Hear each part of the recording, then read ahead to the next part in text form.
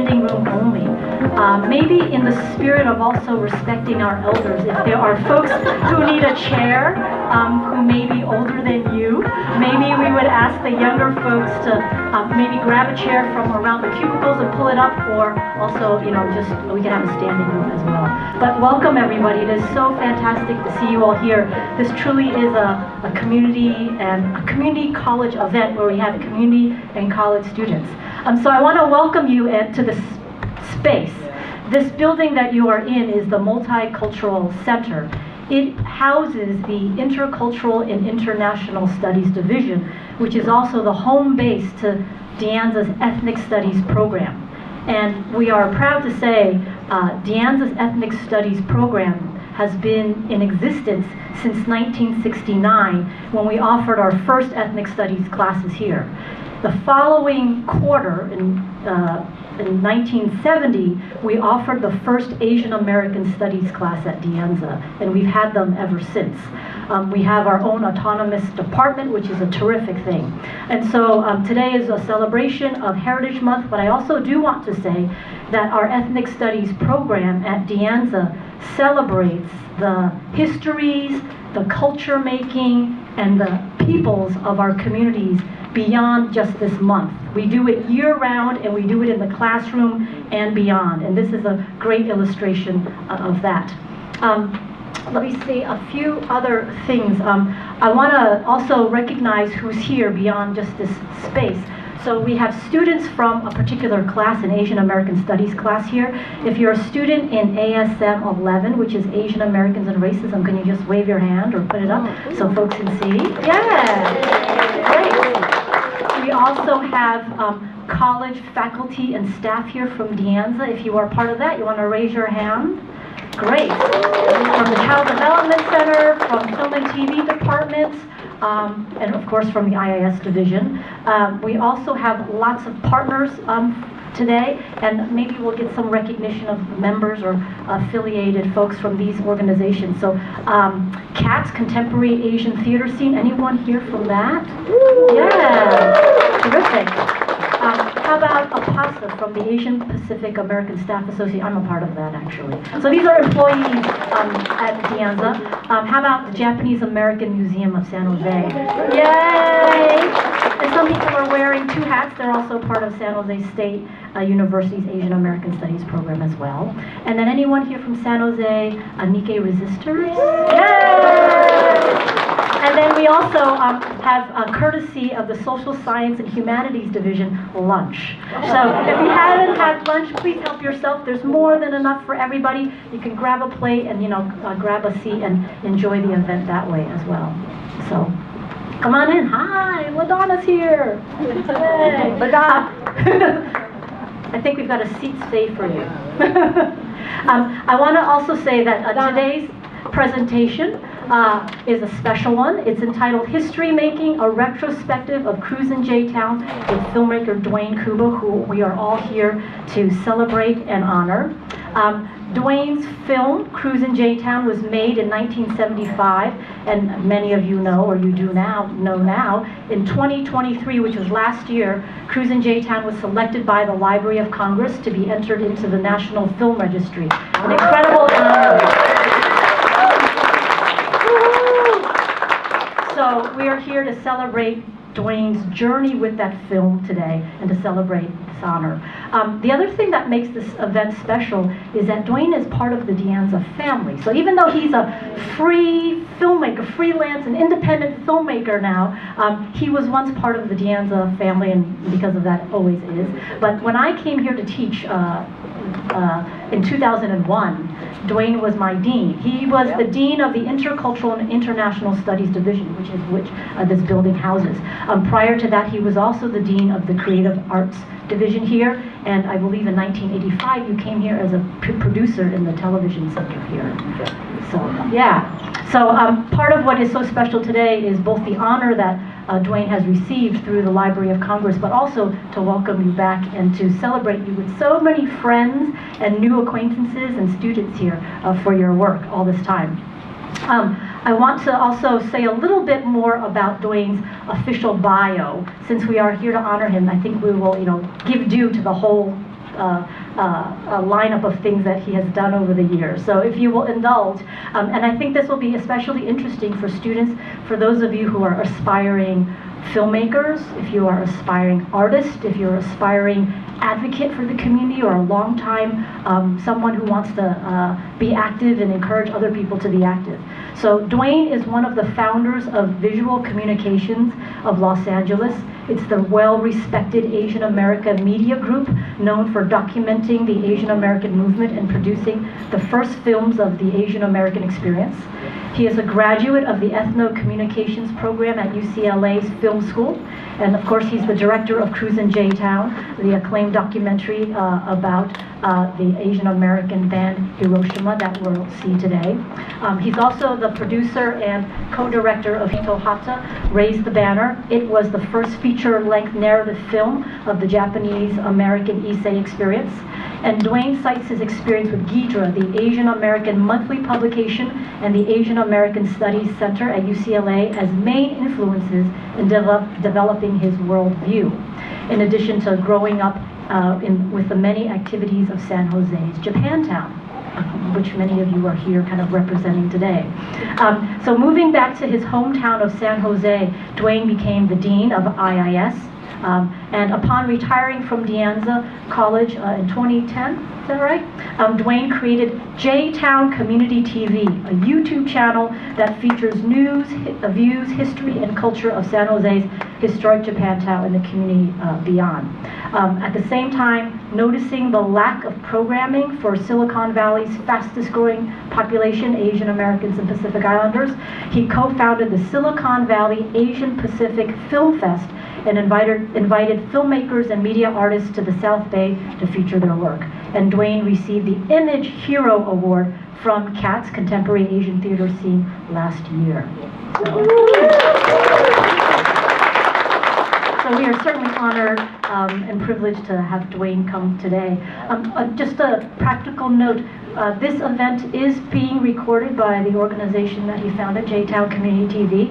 Mike is there with the camera.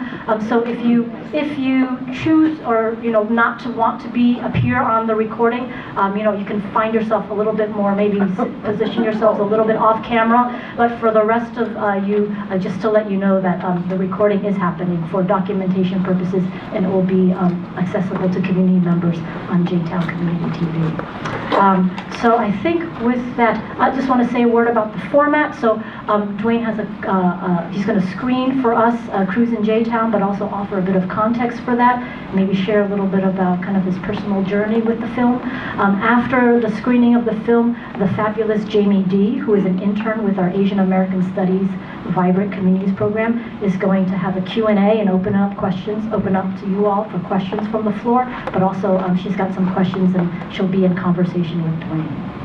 So, great. Welcome, everyone. I'm going to pass this to Duane. Wow. Thank you so much, everyone, for showing up. This is quite, I wasn't quite expecting all of this. I was hoping just to be able to speak to a class, as I did for many years, and we could have kind of a nice little intimate exchange. But thank you, community people, for all coming out here. Today, I want to talk a little bit about being Asian American, and not so much about me or you if you're Asian American, but really the start of the concept of Asian American and when it was being used as a label and why. I was lucky enough at UCLA to be a research assistant to Yuji Ichioka, who is credited for coining the term Asian American. He and his wife, Emma G., founded the Asian American Political Alliance at UC Berkeley in 1968. And that was the first time that term, that label was being used. Well, later, Yuji Ichioka came down to UCLA, and I was really lucky enough to be a research assistant in the Asian American Library where he headed up. And again, he and his wife, Emma G., were just so instrumental in the early days of Asian American studies. It's really at UCLA that I got, I think, my worldview, or how I kind of understand how things work. And really much of that was through Asian American studies. And then many of us who were involved in Asian American studies at that time took this concept off campus and started a newspaper called Ghidra, which was the first national Asian American newspaper. Later, out of Ghidra, some of us formed Visual Communications because we wanted to expand kind of our reach through media, not just in writing, but by creating. In those days, films and video was just coming in, and we can talk about the medium as well, but because I really lived through film, video, small format video, etc. And so we can talk about how effective they are. But I do want to provide some context for the Cruisin J-Town film because it was done almost 50 years ago now. And so the context that I want to show a short film about young Asian Americans initially kind of coming together because of really the crisis that faced Little Tokyo and different Asian American communities at the time, very similar to today, where gentrification was really destroying Little Tokyo. Little Tokyo in the 1970s was under siege by many different companies, but especially by Japanese corporations. Japan was greatly accelerating its reach in the 1970s, and the companies were buying up property throughout the United States. And Little Tokyo provided a great base that was already created for them to house their headquarters. And so in the early 1970s, Japanese corporations came in to Little Tokyo and said, here's a model of what we would like Little Tokyo to be. And it was this ultra-modern, high-tech version of a cleaned-up Little Tokyo, which eliminated all of the resident hotels, the transient hotels that many of the Issei men who really created Little Tokyo lived.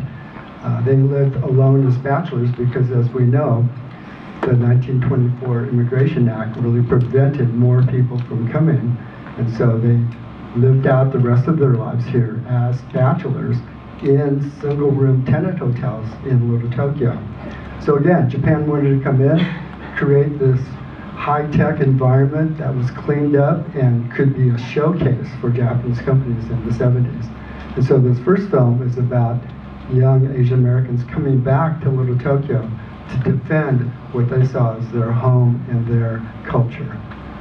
After that, we'll screen Cruisin J-Town, which is, of course, about the development of music that really was created to identify our Asian American culture. So thank you very much, everyone, for coming. I really appreciate this turnout. And thank you, Dr. Mae Lee and Asian American Studies for inviting me. Thank you, all of these great sponsors from the community for helping us out. And thank you, Jamie, for helping to set up this whole occasion. So enjoy. We'll come back and talk later.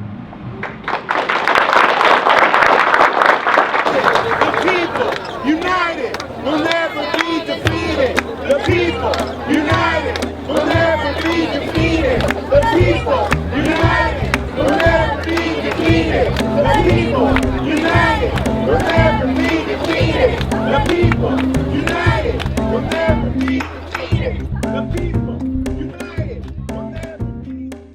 I think the basic reason why we're here is that the simple fact that the residents want to stay. And we got to keep emphasizing to people that we're not just talking about the eviction of some hotel, we're talking about people and families being thrown out of their homes in the community.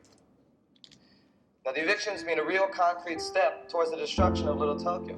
This is our community, the Latinos here, the workers, and people of all nationalities who live and work in Little Tokyo, and the Japanese Americans who relate to it as a significant social and cultural center.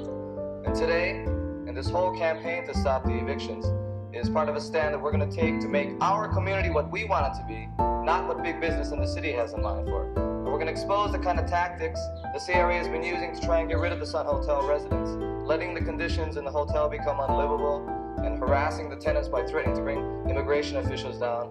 This kind of what we see happening to the Latino residents here and the Japanese American community as a whole is part of a long history of the kind of treatment that minorities and working people have faced in this country. You know, it attracted a lot of attention by a lot of younger people who felt like Little Tokyo, what it represented to them, their identity. And so a lot of people came down to Little Tokyo to defend the Sun Building And we felt like we were part of that whole larger kind of movement of people to reclaim our community. There was a policy called redevelopment that was happening at the time. It was happening all over the country. The International Hotel was part of it in the Bay Area. In San Francisco J-Town, there was a lot of pushback against what was happening there too. That changed the nature of what redevelopment was going to look like, and also made clear that projects that had money behind it, capital behind it, were going to move very quickly. And the community projects, which they had lots of nice pictures on, and the community we had lots of meetings talking about these great things we were going to do, and those were not going anywhere at the time. And so that spurred us to feel like we really needed to build a movement to fight to keep this, our Japanese American community.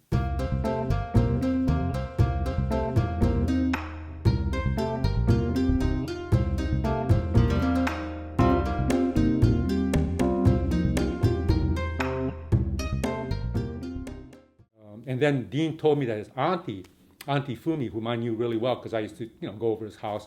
Auntie Fumi was a domestic worker for 40 years, and she lived in one of the hotels in Little Tokyo.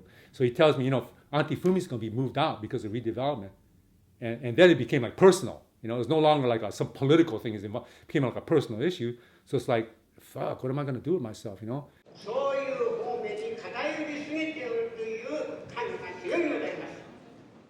I'd like to say, in relation to this problem, actually happen with all these things that were going to be done, because it seems so reasonable. The lack of new housing, the lack of small business space, and the lack of community cultural facilities. When you proceed, Mr. Blunt, will you proceed? They're not taking this.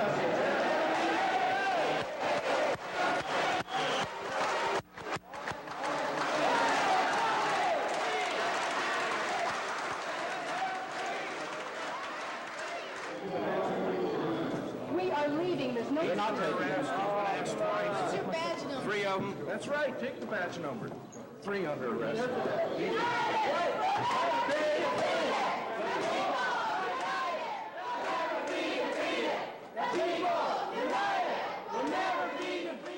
That our intent was not to get thrown out of the city council. Our intent was not to have people vested behind it. Our intent was to go and be heard. That the essential thing is that we wanted the eviction stopped, that a moratorium be placed on evictions. The evictions are 19 days away. We started this procedure over a year and a half ago. I'd like just to say a few words as an individual who lives in Little Tokyo and has been involved in this struggle for several years. I think that's one of the things that we want to be pointing out, that this isn't a new struggle. Those of us in the Little Tokyo community have been fighting this struggle for some 4 years now. And time after time, we come to the city council, we presented them with thousands of signatures, yet this is the situation we come up with every time. So I think part of the process was that students were, studying our own, studying our own communities and making contacts. And that's why the impetus for starting service programs, service projects, and eventually nonprofit service organizations came out of some of that movement. It was actually in Japanese, Shotokyo Jumin no Kendi o Mamoru Kai, which started in Japanese, but it was translated into Little Tokyo People's Rights Organization by a Mr. Itabashi, who was one of the cultural arts instructors, and he came up with the name.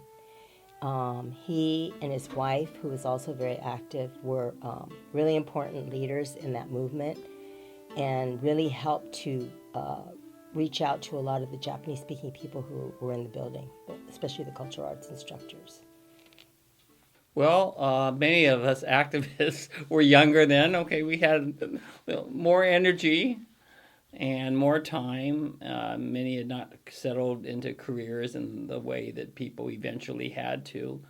But there was a sense that not just us, but I think all over the country, a sense that we were trying to change the world, trying to change society and change the world, and that this was our piece in doing that. Even before we got involved in forming Little Tokyo, People's Rights Organization, there was something called the Little Tokyo Anti-Eviction Task Force, which was a subcommittee out of Jack's AI, very early. And out of that, myself, Mark Masaoka, another guy named Mark Matsushita, I think, we all got jobs on the demolishing of the buildings. And the basic demand was that since you're going to redevelop, quote unquote, Little Tokyo, you better let locals have a job in the community, affirmative action. And because of that, I was hired, Mark was hired. And I actually, believe it or not, worked on a wrecking ball. I worked on an actual wrecking ball that was in Little Tokyo. And my job was to grease the ball, every, I think, 10 minutes or something. 15 swivels, you have to grease it. I didn't know that, but you have to grease this ball. And I got promptly fired from this job in about 3 weeks because I wasn't working hard enough to destroy Little Tokyo. And, we screwed that up because we had grandiose ambitions about, maybe we can all band together and form a strike or something, and stop the destruction. Well, that was, that went by the wayside. The work was too hard and nobody's in shape to do any thinking afterwards.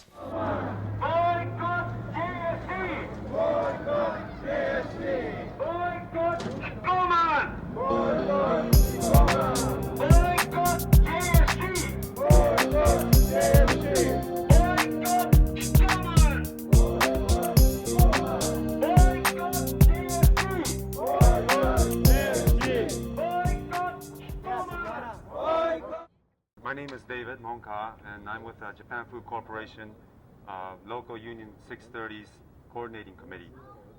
I have some representatives from the union here. We'll have speakers from Little Tokyo People's Rights Organization. On behalf of LT Pro, I'd like to express our solidarity and continued commitment to support the workers at JFC in every way. もう一つあるんですがね、とにかくね、ピケットラインというものはですね、英語で言うと、it's not a playground, it's a battleground とこう、英語で言うんですがね。同じ程度の提案でストライクを早期解決したいという提案を会社にいたしました。ところがその後2週間会社からは全然回答もない。Well, in 1979, I was a waitress at Horikawa Restaurant in Little Tokyo. I worked with mainly Japanese and Latino immigrants, and we began a unionization drive for better working conditions. Management used threats of firing, immigration raids, and even assault to intimidate us. We stood up to the company and continued. Although we lost by only a few votes, we won many concessions, as well as the National Labor Relations Board ruled against Horikawa's interference with the vote. LT Pro formed the Horikawa Workers Support Committee to rally community support and continued to work with immigrants and newcomers. Everybody's participating in the picket line 6 days a week. People try to even avoid 10-minute latenesses. If they're late, it's recorded. But even the people who oppose the strike are working hard to support the strike, going by the vast majority. So it's this kind of solidarity, supported by strong support, and the stronger support that we're getting from Japanese American community and from our trade unionists, and other Teamsters, other local 630 members, restaurant workers, retail clerks, longshoremen. It's this kind of support that's been able to maintain our spirit. And then we get similar kind of support from Local 860 in San Francisco, and from the community people in Japanese Community Progressive Alliance, in Chinatown in San Francisco, and so forth.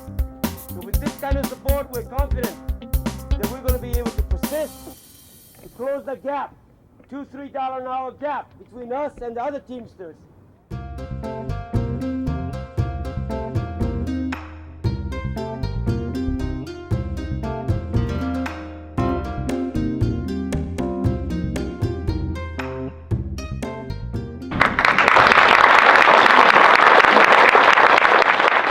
Community analysis. It was a student and community class, and many of us that started that class joined the newspaper Ghidra, and I really credit that for helping me kind of find my people, my tribe, folks that grew up kind of not quite involved with things because they knew they were Asian American but didn't quite know how to get involved. And so by creating an Asian American identity, it felt very comfortable for all of us actually at that time. And so given that, there were so many talented people that we met at UCLA, and there were also musicians, writers, filmmakers, etc. And of course, we wanted to create our own identity, our own music, our own culture. And so I started following the band, Hiroshima, around. And actually, my favorite iteration of this band was before the current film. They had a singer named Atomic Nancy who fronted the band for many years, and she was one of my favorite singers or outgoing personalities in LA at the time. So when I proposed doing the film, I had kind of envisioned a film that would be Atomic Nancy contrasted against Jun Kuramoto, who you'll see as the koto player, who's very quiet and in many ways much more traditional. But this is the film that came out, and we'll talk about filmmaking at the end. But in many ways, there were some really happy accidents that happened in the making of Cruisin J-Town. So enjoy, and we'll talk about this later.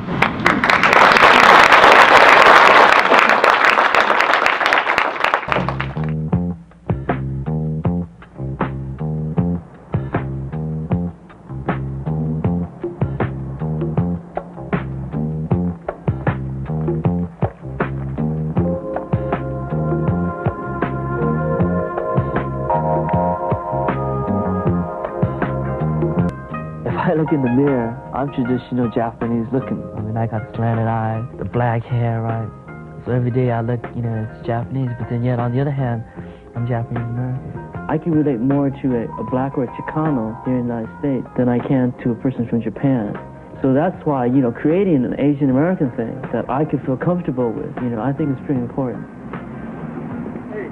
Hey, what's happening?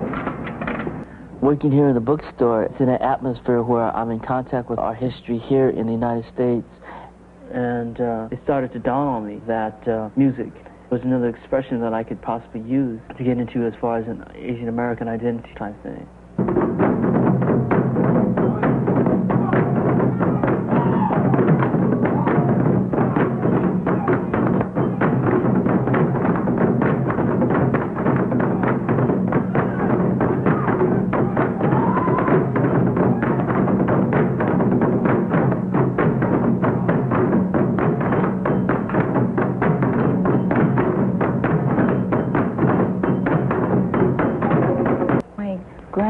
Passed away, and she had a koto.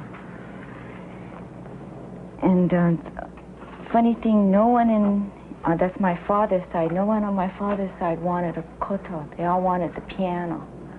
And so my mother, coming from Japan, said, well, then she'll take the koto. And since I have two sisters, we all started taking kotos.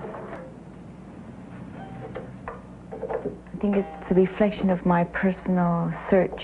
I've come from a long life of confusion, identity crisis. I didn't know what I really was, and then at the same time, the Asian American movement began happening. And I knew that the Japanese music is a large part of me, but yet it didn't express the true experiences of here. In the beginning, it was just, I was invited to jam, just bring down the koto and let's jam. And I was very uptight because I've never improvised before. And I was very inhibited. But then once we started working, then it, just fit in. I don't know, I guess everyone was kind of excited because it was something different. And then it was definitely something Asian.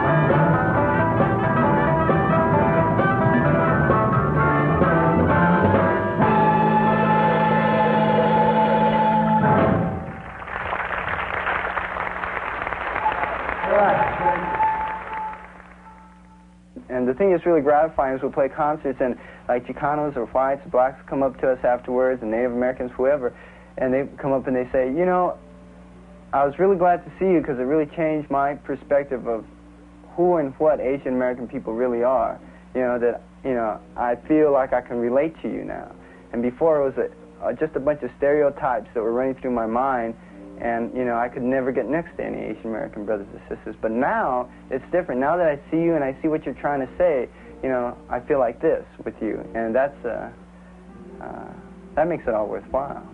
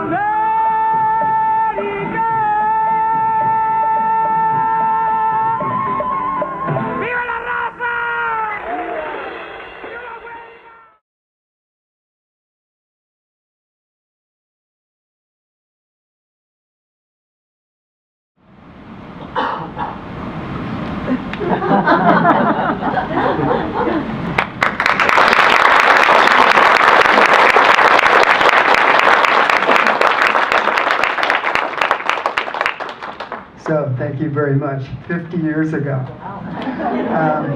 Actually, I want to ask Jamie to come up because I know she wanted to ask me some questions. Okay, well first, can we give another round of applause for these girls?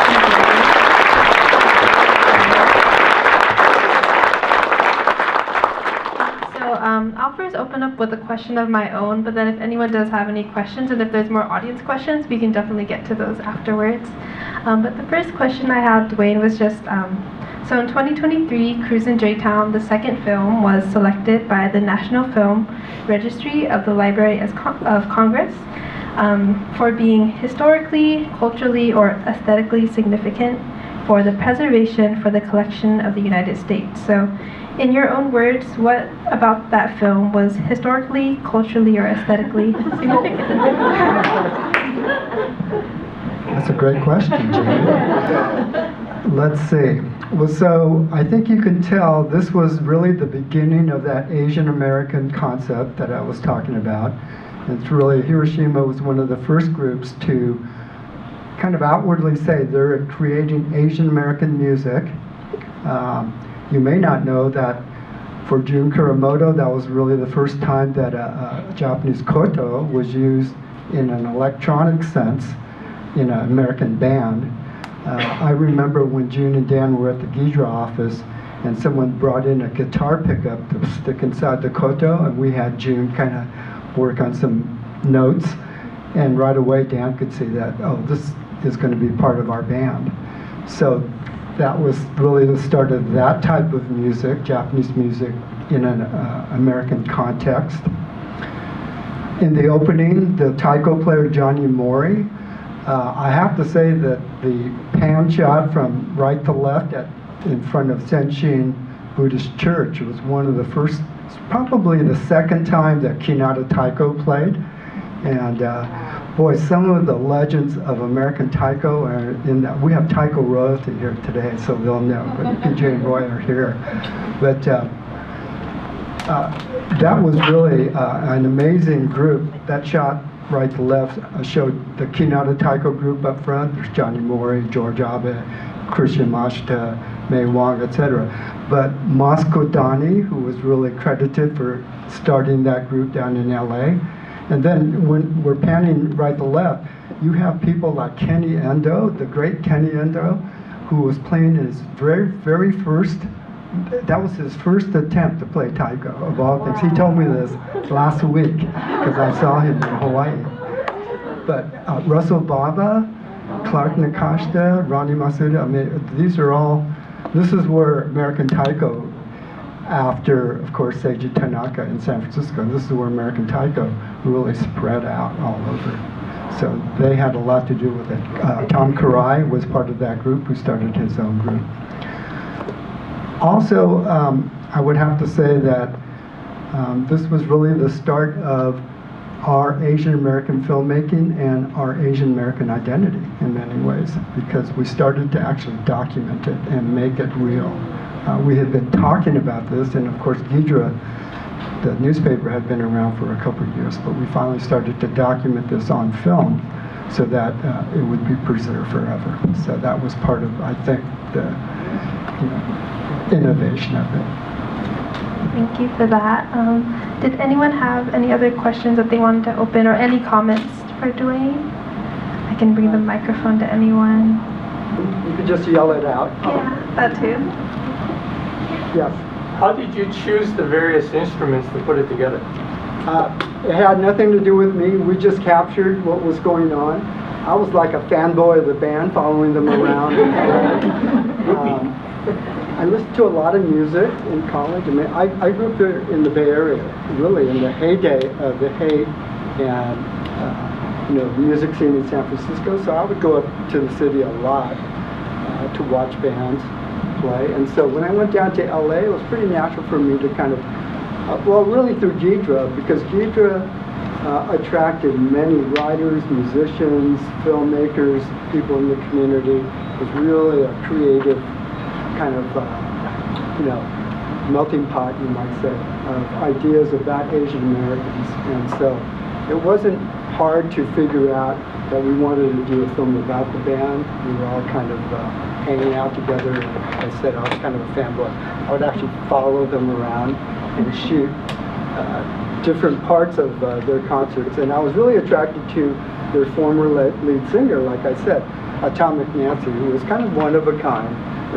She was breaking Asian American stereotypes all the time. It was just kind of the Asian American Janis Joplin. And she was really a soulful, loud, boisterous singer. And so it was really kind of fun to think about doing a film about that. So yeah, we're just capturing what was going on. Yes? What was the group called? I don't know. Hiroshima. Hiroshima, okay. Yeah, they have many albums out now, many CDs, so you can look them up. Again, this band, this is really the early, this film was made before they started recording. And that's why June says, oh, we're about to start with A&M Records, and I hope the community doesn't feel like we're selling out. In those days, if you were a commercial band, you were kind of a sellout. But they had to kind of bridge that all the time. They didn't know how to survive without, music. And they needed to do recordings so that they could get distribution. On the other hand, there were some critics in the community that felt that, they were selling out, they weren't part of the community any longer. So it was a fine line that all of us, artists, musicians, etc., kind of walk all the time. I think it's here. Yeah.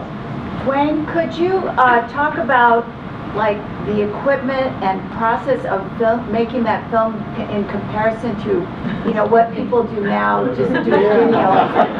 Did you do that by yourself, or did you have helpers carrying things around for you, or could you just describe that process? Could you use the mic? Could I use?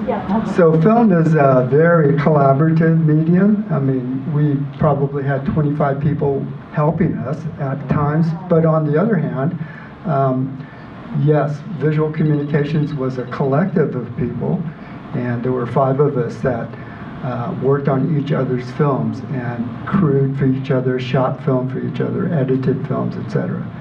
So, but back to the medium, I don't know if you've ever seen 16mm film, but it's very tiny images that are projected, and they need to be cut frame by frame. In other words, film runs 24 frames per second through the projector, 24 times. That's how you get the movement. And so you literally cut and then splice scenes together. And so something like that concert film where I shot 4 cameras, you just have miles of film kind of in front of you just staring at. And it took so long. I think it took me 2 weeks just to cut that concert scene with 4 different cameras. But the real limitations of film, especially in those days, was the cost. One roll of 16mm film costs about $400 to purchase and then shoot, and then you have to develop it, and then you have to make prints from it. So those are 4 or 5 different processes that you have to go through to get a print. Then once you have a print and you edit it together, you have to send it back to the lab, and then they literally conform that to your negative that you have stored at the lab. So it's many different processes, much money. I shot that Daniel Valdez concert. That was like off the cuff. We were following the band. They came to San Jose. That was shot at the Center for Performing Arts. They came to San Jose, met up with Daniel Valdez. And by the way, Daniel Valdez, of course, is the brother of Luis Valdez. And we were at Teatro Campesino in San Juan Bautista when they were making their theater. That's what they're building out there. They're making their theater at San Juan Bautista. But going back to the film thing, it took us weeks to, again, put this type of film medium together. And at that Danny Valdez concert, it was the end of a long trip, and we had 1 roll of film left. And all of a sudden, he goes, Hiroshima, why don't you guys come up here and play with us? And so we're scrambling around, and we got that 1 roll of film, and that's how we shot that one last scene, which is really amazing concert. That was one of the best concerts. I have seen much music. That was one of the best concerts I've ever seen. So it's just things that happen when you're making a film that along the way you kind of put them into the film. What was the actual timeline for the whole film? Like filming, editing process, all of that? It took about a year. I mean, someone like me could never make films in those days because it just cost too much money. And it was very difficult for individuals. But together in a group like Visual Communications, we had people who were really astute enough to seek grant funding for our films and to pitch them in a certain way that they would be attractive to the Department of Education and the school systems. So we pitched these as multicultural films, but basically we made our own community films. So was there any reason why in your last frame, where you say this is not a reflection of the U.S. Is there a story behind that? Well, not really, other than it wasn't exactly. Would you repeat the question? The question was there a story behind the last credits where it said this was in no way the responsibility of the U.S. Department of Education, and they required us to put a disclaimer at the end, and so we just worded it our own way. I'll also address the fact that the film did not have individual credits. I don't know if you noticed that, like who the camera person was, who the director was. I directed the film, but of course we had an entire crew. But back in the early 70s, for better or worse, we felt, or Visual Communications modeled itself after the many media groups that were involved in the movements around the world.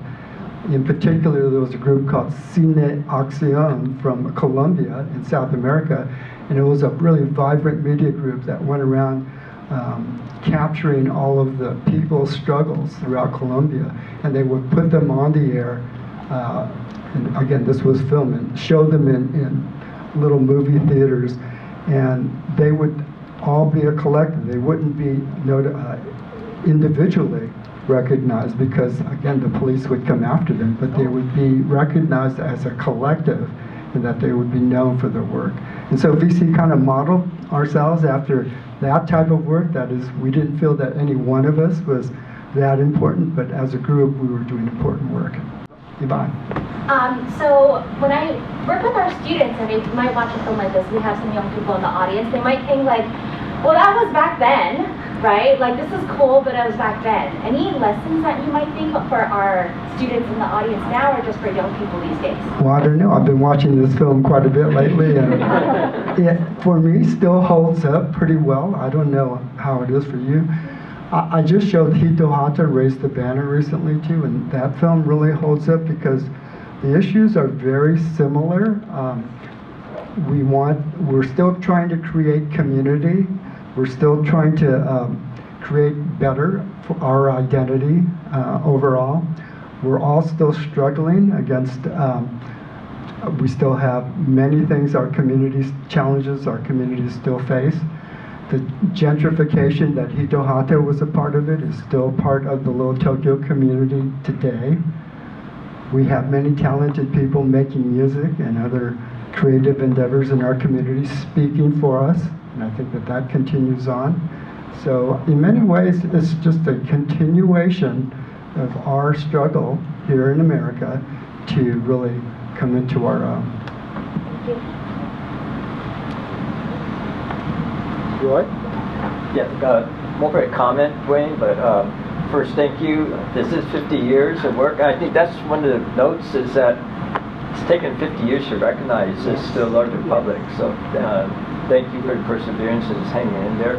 But that is also another statement how Asian American arts has really been overlooked and not really acknowledged over the years. And one note I want to make for June Kurumoto, she was just nominated and just received the National Endowment for the Arts National Heritage Fellowship Award. And so she's in the current class of that's going to be honored this fall. So again, it took her more than 50 years to get to that stage. So thank you. And June. Thank you, Roy. And June just joined PJ as a National Endowment for the Arts Heritage Fellow.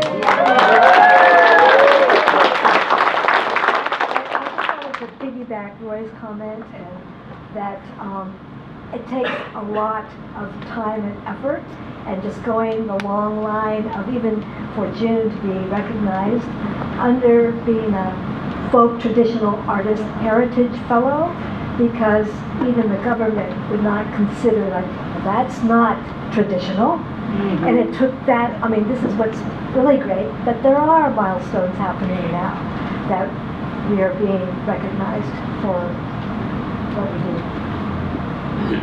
Thank you. Thank you.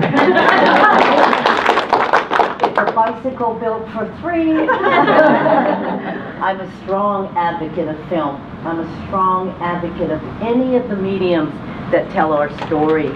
And if you wonder why you don't see yourself, it's because we're not in the films, we're not in the literature, we're still stereotyped. If you take a look at feature-length films, it's not about the everyday person, it's not about you and me.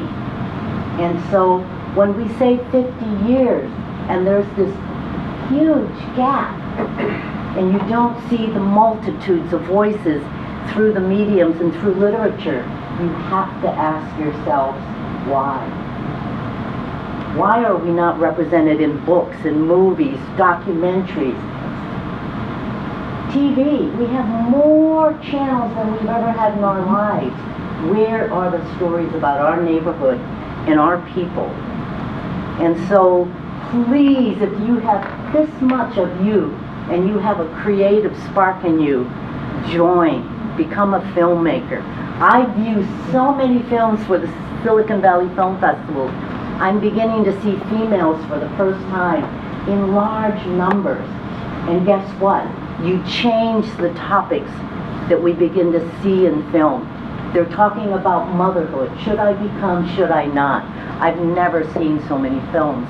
And you young men, join, because you'll change that narrative too. And so, Duane, I want to see Hito Hata in the schools. I want you to see this fictionalized film. It will tell you why some of you need to become filmmakers and writers and playwrights and artists. So thank you, Duane. Thank you, David. I'm often asked, what I would say to young people about media making, etc. And I really encourage you young students to get involved in influencing people through social media, which is your form. 16 millimeter was my form. And so, but I think there's much work to do, and you guys know how to use the medium. There's such an important election coming up this year, and you can get involved. And I think part of this was really creating voice for Asian Americans, and we still don't really have good ways to extend our voice. I know that my own feeling is that, I don't know, 80-90% of our community opposes the war in Gaza, and we're opposed to genocide. But we don't have a way of bringing that out. We need to do that to become part of the dialogue in this country. And so I encourage you young people, get involved, show us the way so that we can be more influential. So, thank you very much. Thank you for speaking on that. Given we're talking about young people, did any students have any questions? I wanted to give room and space for them if anyone had any. Do you know if there are any young students who are following your route on creating the documentary because of these stories in the Bay Area and America about issues? Yes. As a matter of fact, the group that I started, Visual Communications, still continues today, 50 some years later, and their main mission is to encourage young folks to get involved in the media and to become influential.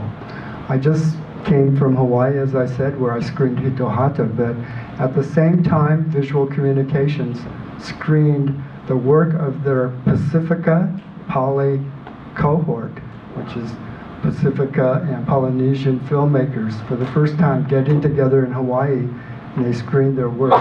And it was so powerful listening to the voices of these young indigenous people who have been overlooked for the last 50 years. They've been part of the AAPI label, but they really haven't been part of the group. And so for the first time, well, not the first time, but it was a very powerful presentation by young filmmakers who were speaking from the heart, speaking from their indigenous cultures. And so this happened maybe 50 years ago for many of us, but this is still going on today. So we're just trying to encourage as much as we can.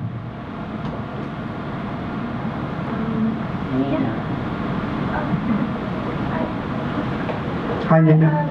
There is a really critical part of your film for Cruisin J-Town where the musician talks about giving voice to their own Asian American identity as a musician and navigating that and bringing in our traditional instruments and creating this band. And I wanted to ask you, if you're comfortable sharing a little bit about your personal journey as an Asian American filmmaker during that time, and what was it like, kind of combating these stereotypes, but also like in the moment, what did that feel like? That's an interesting question because, as I mentioned, when we first started Visual Communications, I think in the movement there was a lot of thought about groups and collectives coming together, and I did say that Visual Communications was a collective. So in going to college, I lived in a living or residential collective as well. So those of us that worked on Ghidra, we roomed together, or we were housed together, about 8 of us. What a collective is, a living collective, is that we had not only weekly meetings, but we had house rules, and we also had a set of, you might say, policies or what we believed in that we agreed on. And so it was a political collective in that if we felt that there was a challenge for Asian American people, we would try to approach it as a group. Much of this thinking was, for me, out of the larger collective group of Ghidra, which was the Asian American newspaper I mentioned. And that was a very large but influential newspaper that was promoting Asian American ideas nationally at the time. And just to continue on just a bit, when we were part of Visual Communications as a collective again, part of that means struggling to get by because you're trying to do your work, but you're not really making any money. So I would say, for example, Visual Communications had a nonprofit arm set up with a profit-making arm against it, and some of us would at times go on unemployment insurance to survive, while the others of us would take a salary, and then we would switch. And so the others of us would become unemployed and take unemployment insurance, and then the others of us would be on salary. So there are many challenges in, I think, continuing a group, and I think a music group is even harder to do. I was talking to Chizuko and Kenny Endo last week about keeping their Pacific Taiko group together. It's very difficult. So those are just some of the ways that we did that, but I think what got most of us through, and especially I look at groups like San Jose Taiko, I think what gets groups like this through is really the vision and the purpose. And I think people are really kind of pretty sold on the vision and why they're doing this, and so they'll sacrifice a lot. LaDonna? I have a comment. I'm always hearing the word young people, but those of us that are retired, you still are useful, okay? You know, we just take a little longer. I just want to remind us that we can get involved, write our stories, work together with the young people, maybe help finance them or even feed them, because I hear that's a story in itself. And I think it's important for us as a community to support them. You know, I'm part of CAT's Contemporary Asian Theater, and we have that film series. That should be sold out every time. It is not. So where are we? So it's important to bring young people or buy them a ticket. I mean, you know, I worked at Anza, and you know, $15 for a movie is a lot. You know, they can get 3 coffees or whatever. But sometimes the priority isn't seeing the film, because they watch the YouTube stuff on that little screen of their phone or something. But anyway, so I just want to encourage us to still stay active, right? And it's important to, you know, I'm going to say, bring a friend the next time, so that they have to get a classroom, an auditorium, to hear Duane, to see this film. Yes? Yes. Thank you so much.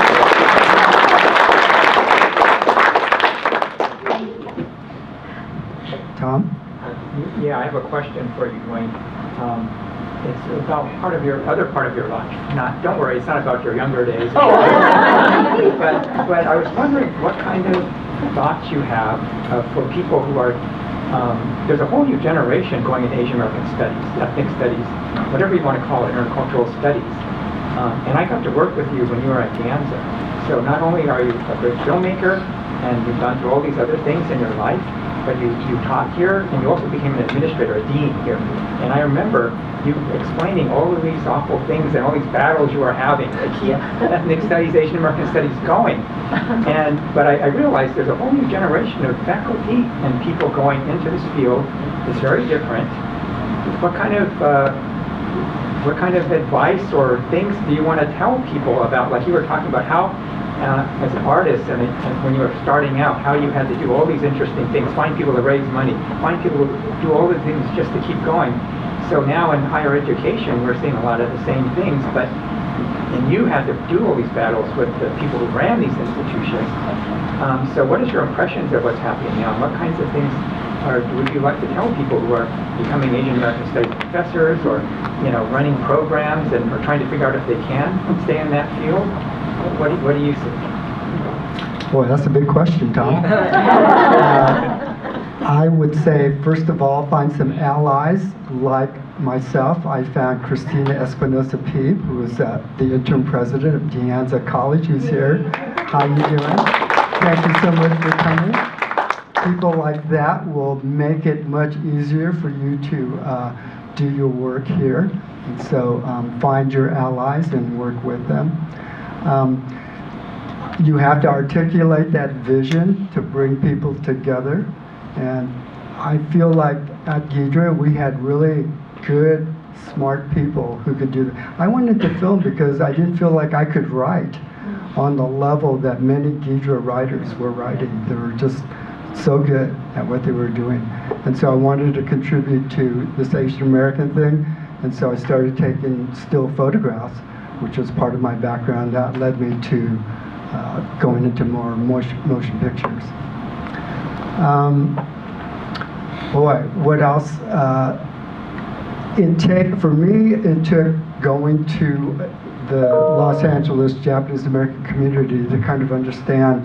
I've always called it kind of a worldview that they helped me develop, but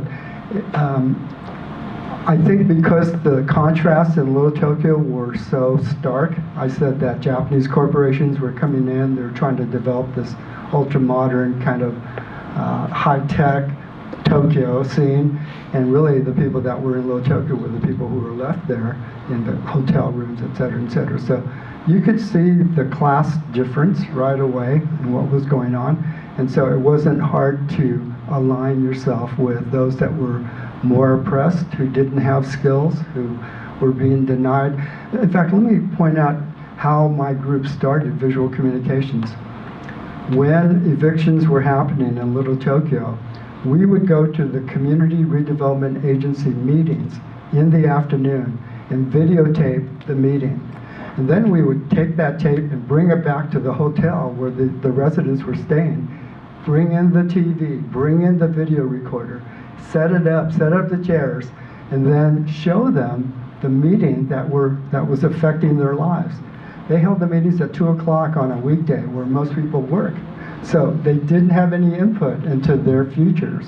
And so we took it upon ourselves to bring that meeting into their hotel and to show people what the CRA was talking to them about.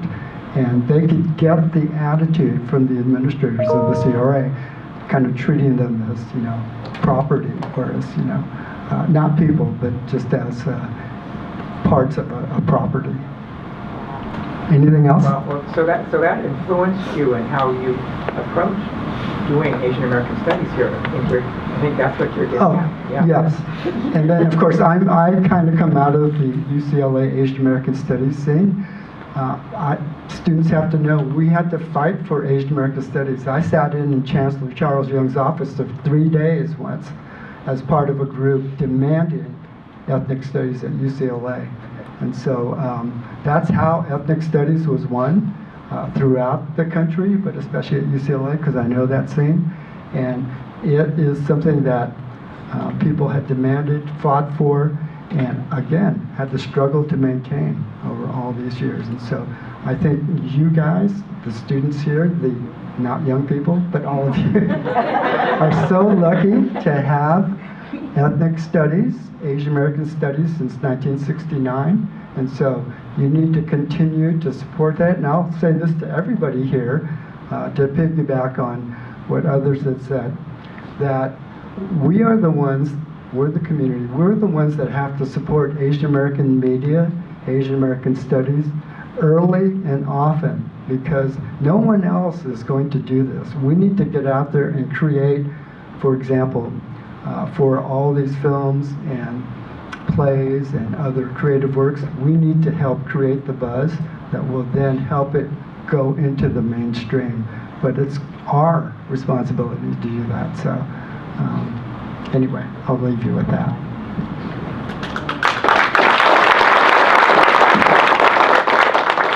Yeah.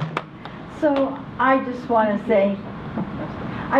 say that I'm so grateful that this is coming out, and though I'm not Japanese, I'm familiar with the LA area because my family lived out there, and things like gentrification, so many of us have never heard the word, don't know about it, don't know what took place.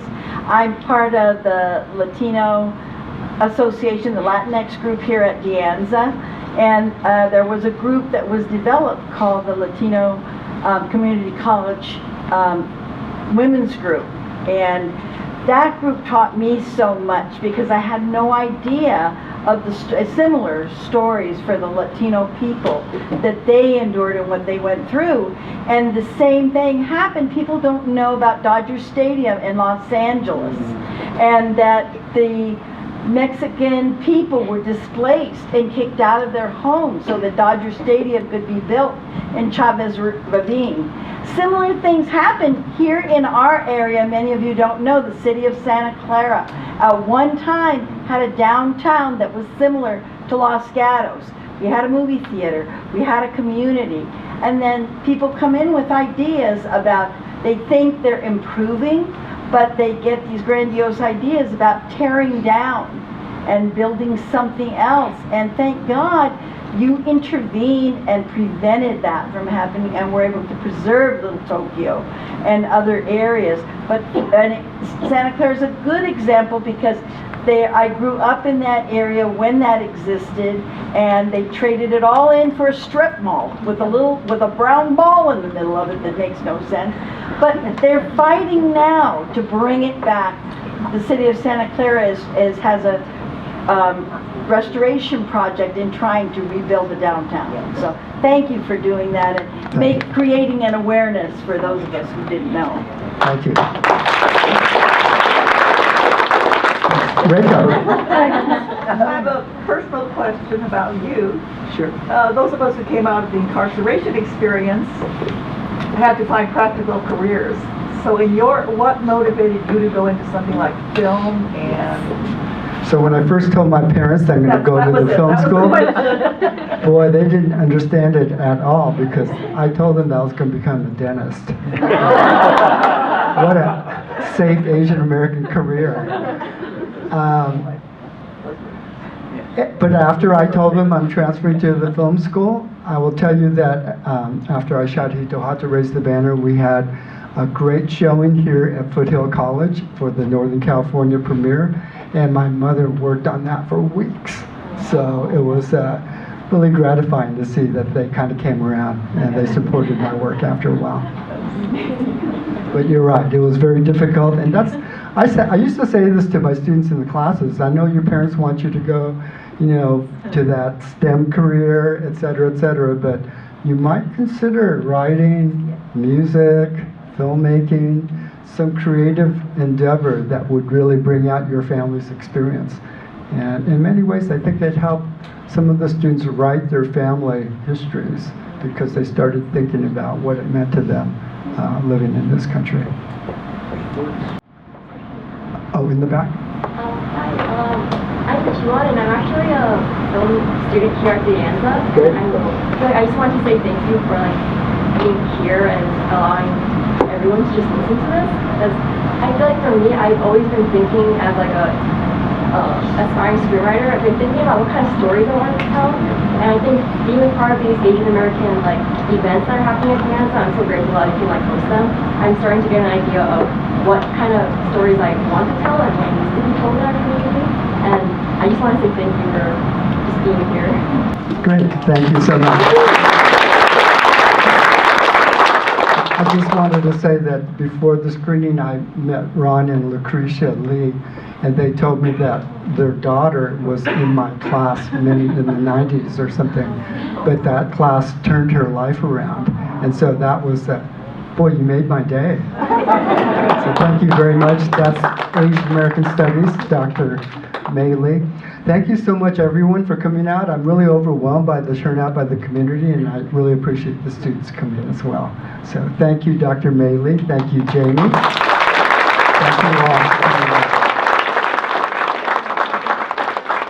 Thank you, everyone. I just wanted to thank Duane and Jamie and everyone coming out and just share that, this event and things that we do at De Anza through our Ethnic Studies program really, I feel like, for me, highlights the connection and question about how do our individual experiences kind of lead or connect with a collective story, and how our collective stories count as history, or when do they get to count as history. So I feel like so much of what we've talked about are helping us connect the dots and see that there are dots to connect. And the last thing I just want to say is I feel like this event with students, community folks, it's multi-generational, it's multi-organizational, it's kind of helping us see so much through history. I want to thank Duane for your work from 50 years ago and your sustained efforts in the community, at the college and beyond, that actually brings us all together today and have this conversation and just be together. So thank you so much for everybody. Thank you.